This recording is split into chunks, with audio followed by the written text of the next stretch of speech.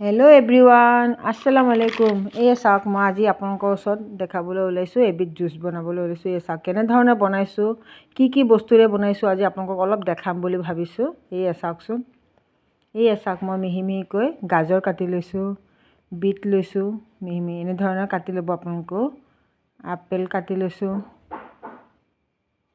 আৰু আদা এটুকুৰা লৈছোঁ।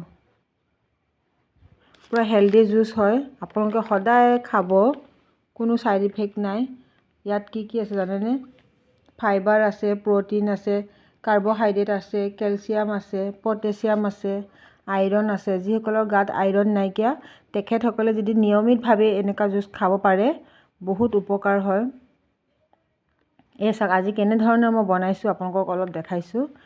চাওক, মিক্সাৰ জাৰত মই কাটি লোৱা বিটখিনি প্ৰথমতে দি লৈছোঁ, তাৰপিছত গাজৰ কেইটুকুৰ দি দিছোঁ, তাৰপিছত মই আপেল আৰু আদা টুকুৰা দি লৈছোঁ। আপোনালোকে সদায় খাই চাবচোন বাৰু কেনেধৰণৰ লাগিছে। আমি কিন্তু খাইছোঁ, বহুত ভাল লাগে। আপোনালোকেও খাই এবাৰ ট্ৰাই কৰি চাব।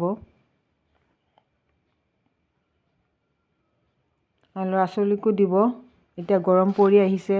বাহিৰৰ পেকেটিং জুচ দিয়াতকৈ এনেকুৱা যে আমি যদি মাসকলে যদি সদায় যদি ল'ৰা ছোৱালীক ঘৰতে এনেধৰণৰ জুচ বনাই দিওঁ কিমান ভাল হ'ব। চাওক, মই পানী 2 গিলাচ দিছোঁ, বস্তুৰ অনুপাতে পানী দিছোঁ। আপোনালোকৰ যদি বস্তু কম হয় পানী কম দিব। চাওক, মিক্সিত মই মাৰি লৈছোঁ। এতিয়া একদম অতি সহজতে বনাব পাৰি আৰু বাহিৰা বস্তুও নালাগে। আপোনালোকৰতো এইকেইটা বস্তু ঘৰত সকলোৰে ঘৰতে থাকেই, সেইকাৰণে আপোনালোকেও এনেধৰণৰ জুচ বনাই খাব ঘৰতে। চাওক, মোৰ ৰেডি হৈ গৈছে। মই চাকনি দি চাকি লোৱা নাই, এনেধৰণৰ দি দিছোঁ। কিছুমানে যদি বেয়া পায়ো আপোনালোকে চাকি ল'বও পাৰে।